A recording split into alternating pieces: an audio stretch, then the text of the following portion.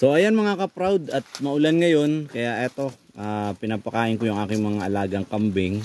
Ito yung mga lalaki. Yan. So nababasa din pala dito yung aking kumpayan kasi nga medyo ano lang dito yung bubong ko. Maliit lang yung excess. Gagawin ko na lang ay i-extend ko na lang yung bubong. Dadagdagan ko para hindi sila maulanan. Yan. So sa observation ko naman, kahit na basa yung kinakain nila, basta dahon ng puno, wala namang nagiging problema sa kanila. Ang mahirap lang talaga kapag yung dikit sa lupa, no? Yung medyo maiiksing damo tapos basa, yun yung talagang delikado sa kanila. Danas ko na yun na kapag kumakain ang kambing ng maiiksing damo ay talagang napipinsala kapag hindi naagapan, lalo na kung hindi tayo nakakapag-deworm. Yan. So dito naman may dalawa akong nakakulong. Ito ay nagtae. Magaling na. Ang pinakain ko lang sa kanila ay dahon ng langka at saka dahon ng saging. Ang problema ko lang ngayon ay may ubo. Pinakain ko sila ng dahon ng lagundi. Ayaw naman lang kumain. Kaya baka ilalaga ko na lang siguro. No? Ilalaga ko tapos papainumin ko. Papainom ko na lang siguro. Kasi ayaw kumain eh. Ginutom ko na nga sila. Pero hindi talaga siguro gutom. Ayan o, itong dahon ng lagundi. Yan. Yan yung pinakain ko sa kanila kanina. So ayaw naman kainin. Kaya ilalaga ko na lang tapos papainumin ko na lang drenching. Isusupak ko na lang para naman gumaling. Hindi rin ako nakapag-inject ng B-complex sa kanila kasi nga wala akong karayom. Binentahan lang kasi ako ng konti nung poultry supply na pinagbilhan ko. 5 piraso lang, hindi mo naman pwedeng gamitin ng paulit-ulit yung karayom kasi disposable yun. So yun, hindi ko na-i-inject pa to. Dapat magaling na to, napagaling ko kaagad sila dun sa pagtatay nila. Yun, namatayan ako ng isang inahin. Di ko na na-video sa inyo, di ko na napakita kasi ayokong ma-disappoint kayo. Si Amazona, yung aking matandang inahin, namatay siya kasi hindi ko na agapan, hindi ko na malaya na malala na pala yung case niya. Nanganak siya tapos nanganak siya ng 3, tapos umulan, alas 2 na, hindi pa siya nakakakain kasi hindi ako nagbubukas ng bahay kulungan nila, ng goat house. Yun, nung paglabas niya, nung huminto ang ulan, nangain siya ng basa, no? Tapos naabutan siya ng ulan kasi umulan ulit ng bandang alas 4, hindi pa rin siya tumigil sa kakakain. So naglock yung panga niya, parang hindi niya maibuka yung panga niya, yung bibig niya. Tapos yun yung nangyari. Kaya yun, tinapon ko na lang. Hindi ko na rin naibaon kasi nga napakabigat na malaki. Nasa 20 kilos yata yun. Dinala ko na lang siya dun sa bangin, sa malayo. Yun. So yun, pasilip ko naman sa inyo yung mga maliliit. So ayan, andito tayo sa mga maliliit, no? So eto, hindi ko siguro ito pabababain kasi nga ito yung madalas na pipinsala, yung mga ganitong edad. Ito ang napakadaling mapinsala ng mga parasitiko, lalo na yung larva, no?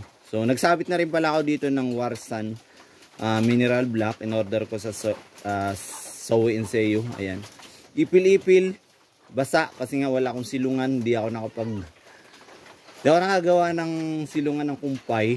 So binibigay ko na lang talaga yan kahit basa. Wala namang akong naging problema sa kanila kahit nabasa kasi yan naman ay mga dahon ng puno. Ang ayaw ko lang talagang ibigay sa kanila yung damo, no? Yung mga medyo maiksi yung mga halos dikit sa lupa kasi nagkakaproblema. So yung iba dito may ubo, nilaga ko na sila ng lagundi. Yun, iba medyo gumaling-galing naman, pinapainom ko. Yan, di rin ako nakapag-inject sa kanila ng B-complex kasi nga wala akong karayom. Ayan. So dito naman sa kabila, ayan yung mga inahin ko. Yan.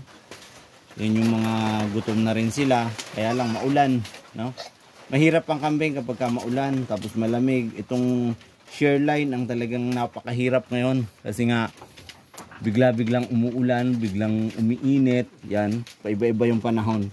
Kagandahan lang ng native Kaya takot din akong mag-upgrade pa kasi itong lugar ko pala ay base sa observation ko, hindi siya ganun ka ano sa kailangan talaga paghandaan kapag ka magkakambingan ka dito kasi nga medyo mataas na lugar to, mahangin, no?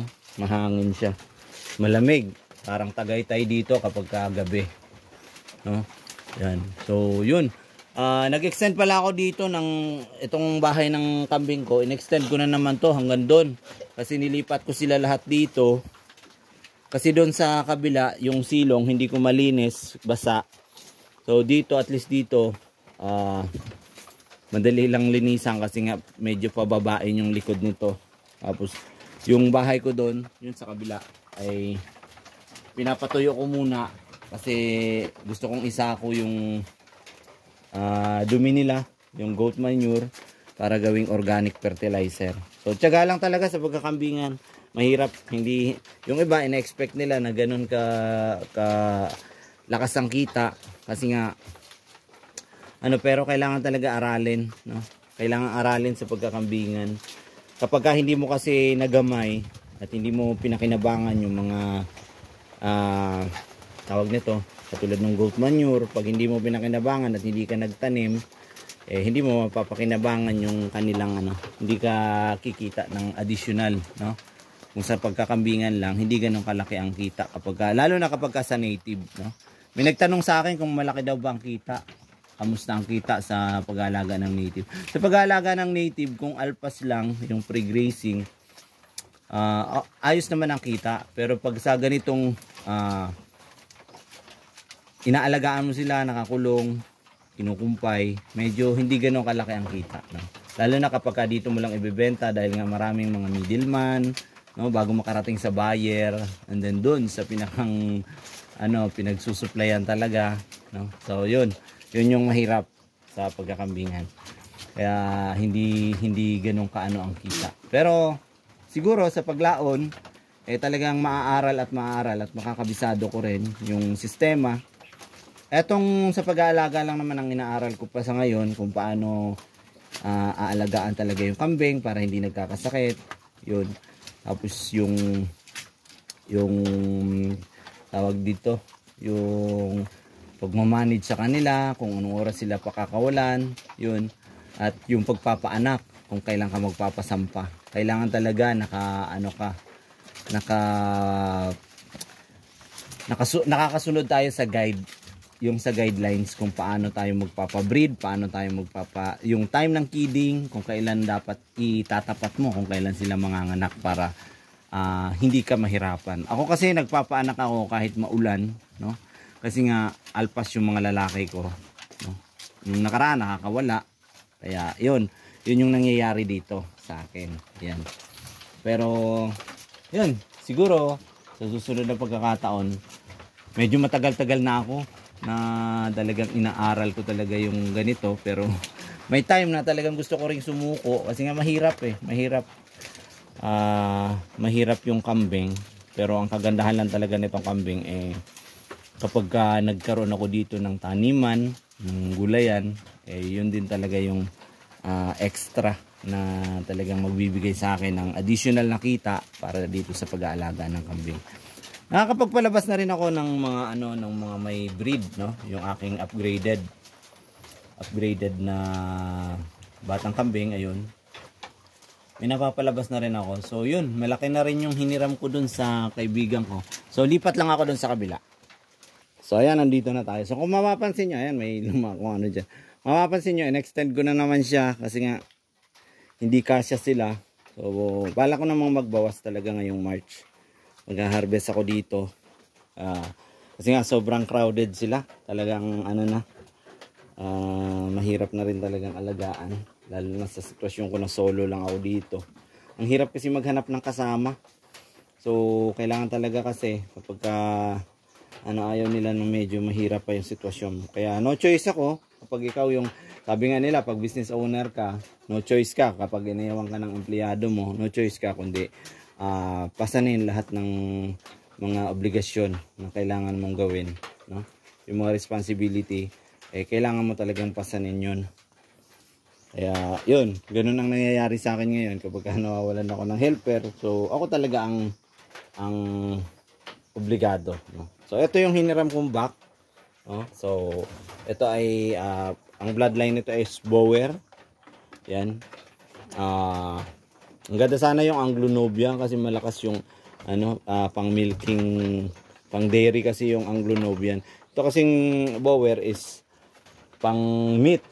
Ayon sa no. Pero wala, ito yung nandito sa akin kaya no choice, tiyaga tayo. So, yun. As long as na nakakapagpaanak naman. Ayan. So, yun. Ito sila.